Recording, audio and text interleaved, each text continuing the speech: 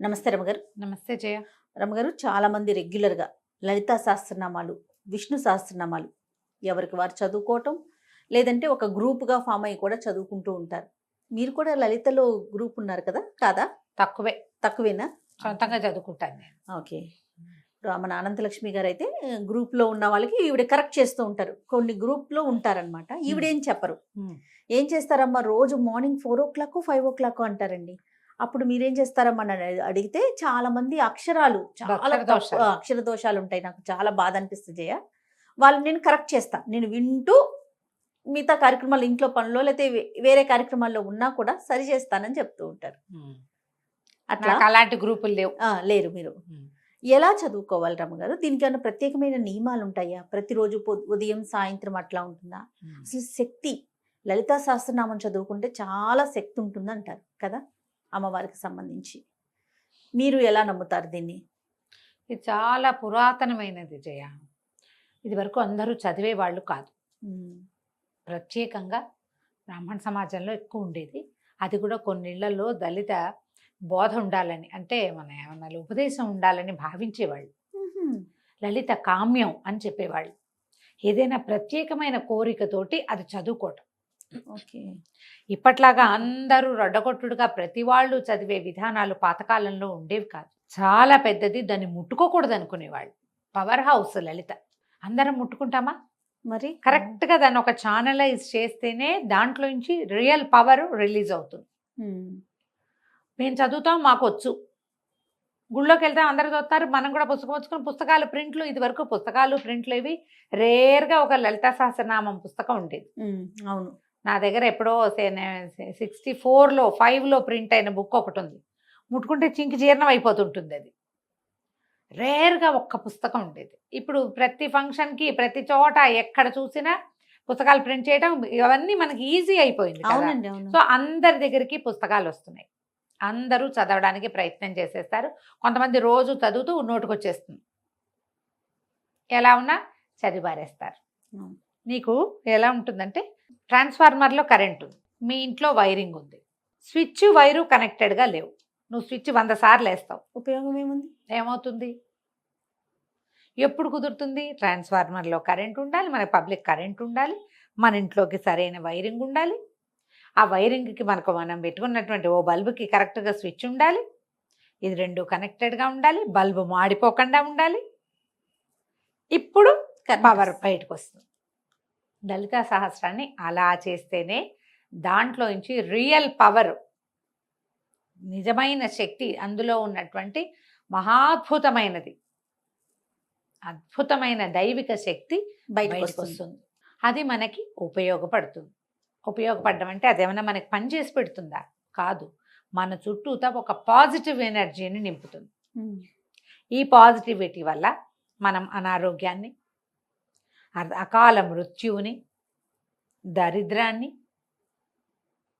సమస్యలని, వీటి నుంచి తప్పించుకోగలుగుతాం. పాజిటివ్ ఎనర్జీ ఉంటే కొంచెం తగ్గిపోతాయి అంతే. ఇప్పుడు అది లలిత చదివితే ఇవి తీరిపోతాయి అని అనుకోవద్దు, తగ్గిపోతాయి అని తెలుసుకోవాలి మనం. ఇది ప్రధానం. ఇదే ప్రధానం, ఇదే మెయిన్ పాయింట్. ఇదే. అవునండి. లలిత చదవటం, రోజు చదవటం వల్ల నాకు ఇలా మార్పు వచ్చిందంటే ఇది మొత్తం మారిపోదు. నువ్వు చాలా సమస్యల్లో ఉండవలసిన వాళ్ళము, అంత కాకుండా కొద్ది సమస్యల్లో ఉంటాం. మనం హ్యాండిల్ చేయగలిగే సమస్యలే ఉంటాయి. ఈ సమస్యలు మనం ఎక్కడి నుంచి తెస్తాం? మనుషులం కదా మనం, కిందటి జన్మల నుంచి మోసుకొస్తాం. పురాకృత పాపపుణ్యాలన్నీ మనని ఇప్పుడు కర్మల రూపంలో బాధిస్తాయి. మనం ఇప్పుడు చేసే కర్మలు మన వచ్చే జన్మకి క్యారీ ఫార్వర్డ్ అవుతాయి, ముందుకు వెళ్తూ ఉంటాయి. దీన్ని తెలుసుకోవాలి మనం. ఇప్పుడు మనం సరిగ్గా చదివితే, ఇందులో సరిగ్గా చదివితే అనేది ఒక పాయింట్. అదే కదా చెప్తున్నా. అంతే. ఈ సరిగ్గా చదవటం అంటే ఏమిటి? దేశకాల నిర్ణయం. మనం ఎక్కడ కూర్చుని చదువుతాం, ఏ సమయంలో చదువుతాం, ఎక్కడ? శుభ్రమైన చోటు, ఇల్లు శుభ్రంగా ఉండాలి, చక్కగా పచ్చగా తోరణం ఏదైనా కట్టుకుంటే మంచిది.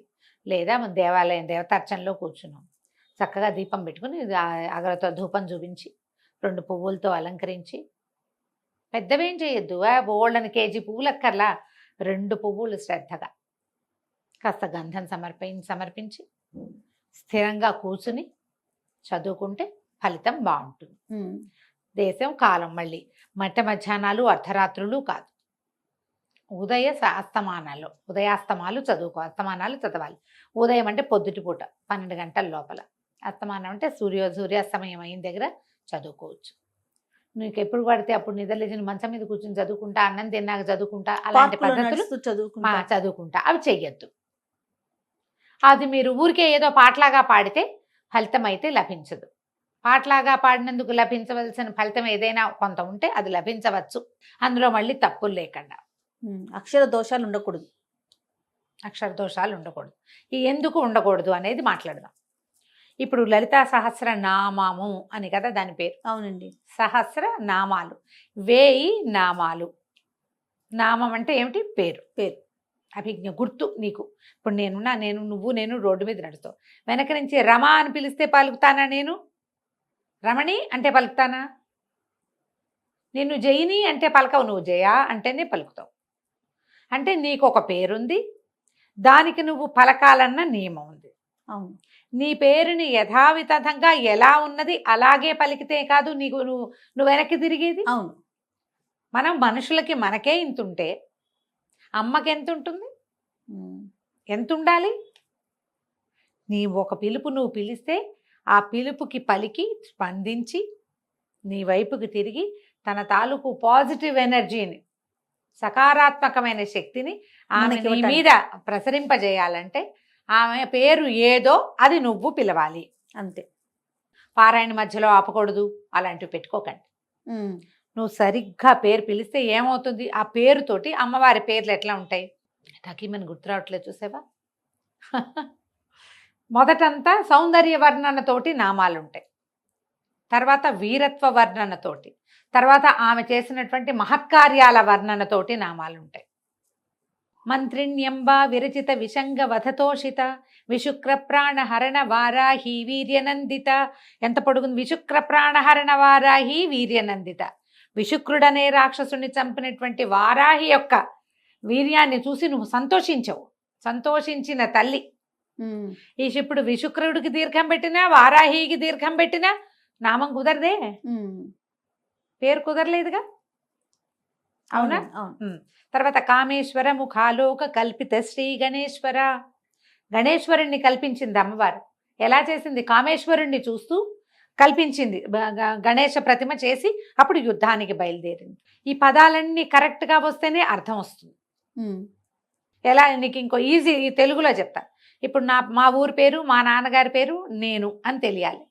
నువ్వు ఫలానా వాళ్ళకి ఒక అమ్మాయి ఆవిడ టీవీలో మాట్లాడుతుంది అని చెప్పైతే వాళ్ళకి తెలియలేదు అనుకో, ఎవరో పెద్దవాళ్ళు. కాదండి, చిట్టుగూడూరులో నరసింహాచార్యులు గారని ప్రిన్సిపాల్ గారు ఉన్నారే, వారి ఆఖరి అమ్మాయి అనగానే నేను అని తెలుస్తానా? అంతే. 5వ అమ్మాయి అంటే నేను తెలియను. చిట్టుగూడూరు కాకుండా పొడగట్లపల్లి కాలేజీ అంటే వేరే వాళ్ళు ఎవరో వస్తారు. చూడు, ఇప్పుడు మనం కరెక్ట్గా ఫలానా ఫలానా ఫలానా పనిచేసి ఫలానాగా సంతోషించిన తల్లి, ఈ అన్ని ఫలానాలు కుదరాలి. ఇట్లా కుదిర్చి మీరు నామాలు చదివితే ఆమె పలుకుతుంది, తననేనని స్పందిస్తుంది. స్పందించే రకపుగా మనం నామం చదవాలంటే నువ్వు అర్థంలో మార్పు రాకుండా, అక్షరాలు చెడగొట్టకుండా చదువుకోవాలి. ఓకే. కొన్ని చదువుతాం, కొన్ని తేలిగ్గా ఉంటాయి, కొన్ని పదాలు చిన్న చిన్నవి ఉంటాయి, కొన్ని పేర్లు అప్పుడు చదివేస్తాం. అరుణాం కరుణా తరంగితాక్షీం క్లియర్గా ఉంది.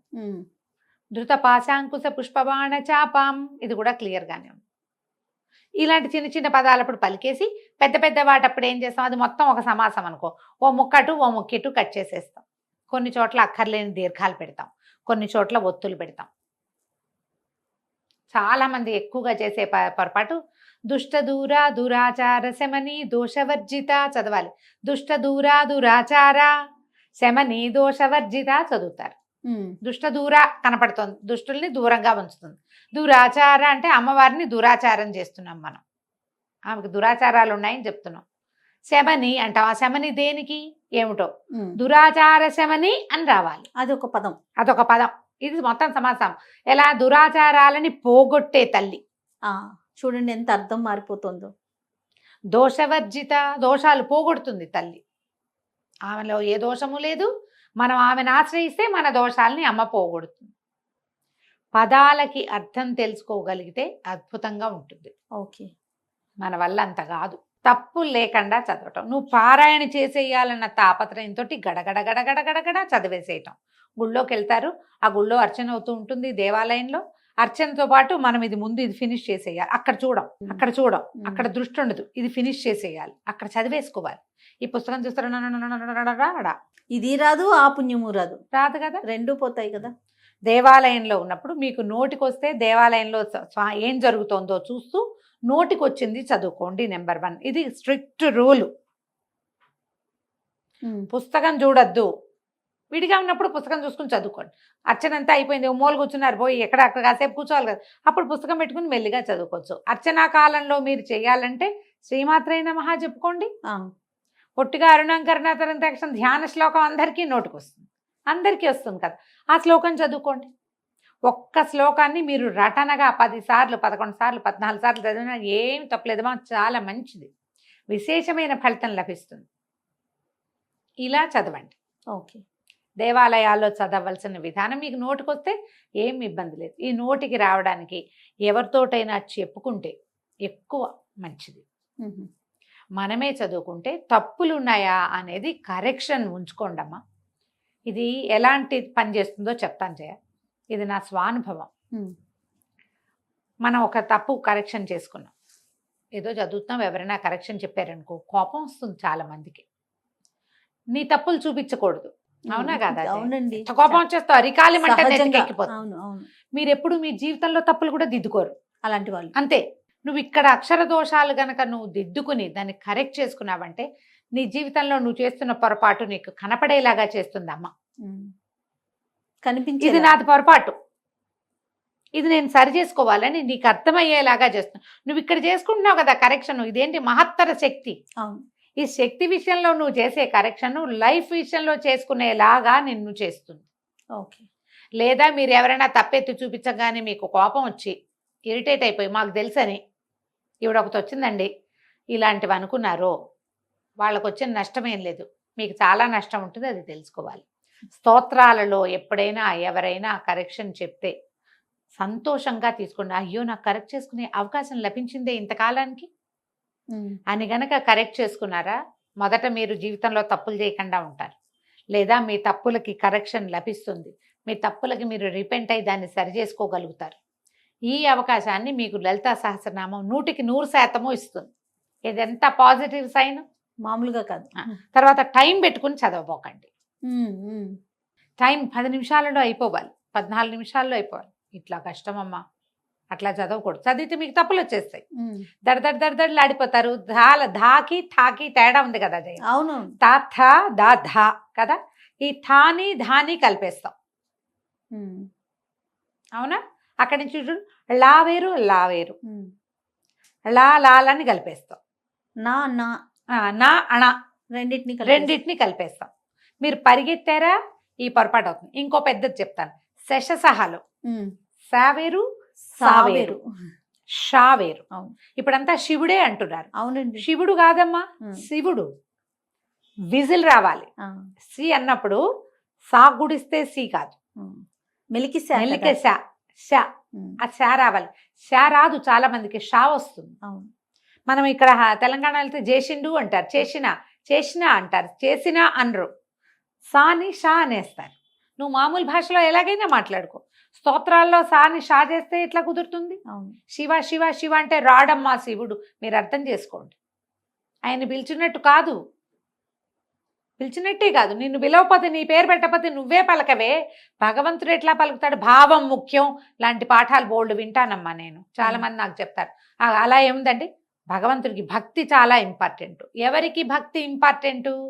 చదువు రాని వాడికి, చదువుకోని వాడికి, అక్షర దోషం అర్థం కాని వాడికి, వాడు ఎట్లా పిలిచినా దేవుని రారా అని పిలుస్తాడట. వాడెవడో ఒక పల్లెటూరు వాడు వచ్చాడు, అతను నాకు ఇష్టయ్యా ఎక్కడన్నావురా, ఇట్లా చంపుతున్నావు అంటే కృష్ణుడు వచ్చి పాలు ఊచుకొచ్చి పాలు తాగు పడుకో నిద్రపో, నేను నిన్ను ఇంటికి తీసుకెళ్తానని తీసుకుపోయాడు. రారా కిట్టయ్యా అంటే వచ్చాడు. నేను రారా కిట్టయ్యా అంటే పాలేరు వస్తాడు, కృష్ణుడు ఎందుకు వస్తాడమ్మా? నేను చదువుకున్నా కదా, చదువుకున్నాను, కృష్ణుడిని ఇలా పిలవాలని నేను తెలుసుకున్నా. ఇక్కడ ఇంకొక చిన్న ఇబ్బంది జరుగుతుంది రమ్మగారు. పొద్దున్నే ఏదో మాటల మీద దసరా హాలిడేస్ అంటుంది మా పాప ఆ. హనీ. ఆ. ద షా కాదే ద సా సరిగమల్లో సా అని చెప్పా. ఆ. మరి ఇంగ్లీష్ లో రాసేటప్పుడు ఎస్హెచ్ అని రాసాం, మేము ఎస్హెచ్ అని రాస్తున్నాం, ఉమ్. అందుకని నేను షా పలుకుతున్నాను మమ్మీ అని చెప్తోంది. ఉమ్. అది దానికి ఏం దాన్ని చేయలేం. మనం ఎవరిని సరి చేయాలి ఇప్పుడు చెప్పండి? ఇవి లేటెస్ట్ పిల్లలు లలితా ఆ. సహస్రాలు లేటెస్ట్ చిటి పిల్లలకి రావు రావు కదా, అంటే పెద్దవాళ్ళకి ఇప్పుడు వస్తుంది. అదే వచ్చేస్తుంది కదా, అదే వస్తుంది. సా శా షా, ఇంకా వాటికి వేరియేషన్ ఏం Difference తెలుస్తుంది? వాళ్ళకి తెలీదు. difference ఇంగ్లీష్ తెలీదు. వాళ్ళ తెలీదు, ఉమ్. తెలుగు చదివేటప్పుడు మనం మనకి కొంచెం సరి చేసుకోగలిగితే ఏమన్నా కొంచెం చిన్న పెద్దవి మార్చుకుంటారేమో. అవును, మార్చుకుంటారు కాస్త అవును. చెప్పగలిగితే. మీరు ఒక్కటే గమనించండి, తెలియని వాడు ఎలా పిలిచినా అమ్మ పలుకుతుంది.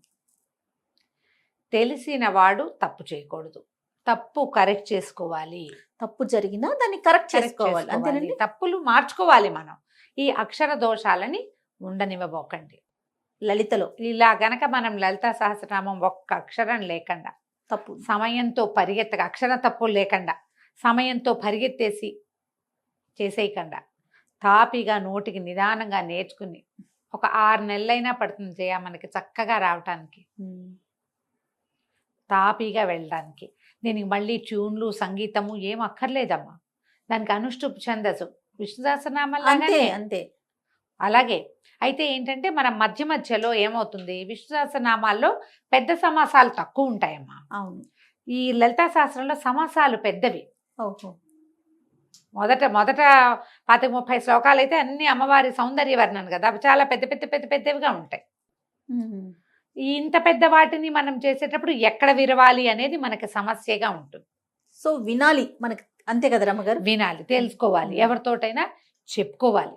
పెద్దవాళ్ళు చదివేది వింటే కూడా మనం అక్షర correction దోషాలను మనం సరి చేసుకోగలుగుతాం. చేసుకోవచ్చు. ఇప్పుడు నా పాటు వాళ్ళు ఎవరైనా కనపడ్డారనుకోండి, ఇప్పుడు అనంతలక్ష్మి గారు ఉన్నారు, వారు చేస్తున్నారు కదా. అవును. అలాంటి ఏదైనా గ్రూప్లో చేరి తప్పులు లేకుండా చదవండి, తప్పనిసరిగా ఫలితం ఇస్తుంది. తప్పు రాకూడదు, ఇదొక స్ట్రిక్ట్ రూల్గా పెట్టుకుంటే కనుక మీకు అద్భుతమైన ఫలితాన్ని ఇస్తుంది లలితా శాస్త్రం. పొద్దున సాయంకాలాలు చేసుకోవచ్చు, విశేషించి అష్టమి, పౌర్ణమి చాలా అద్భుతమైన రోజులు.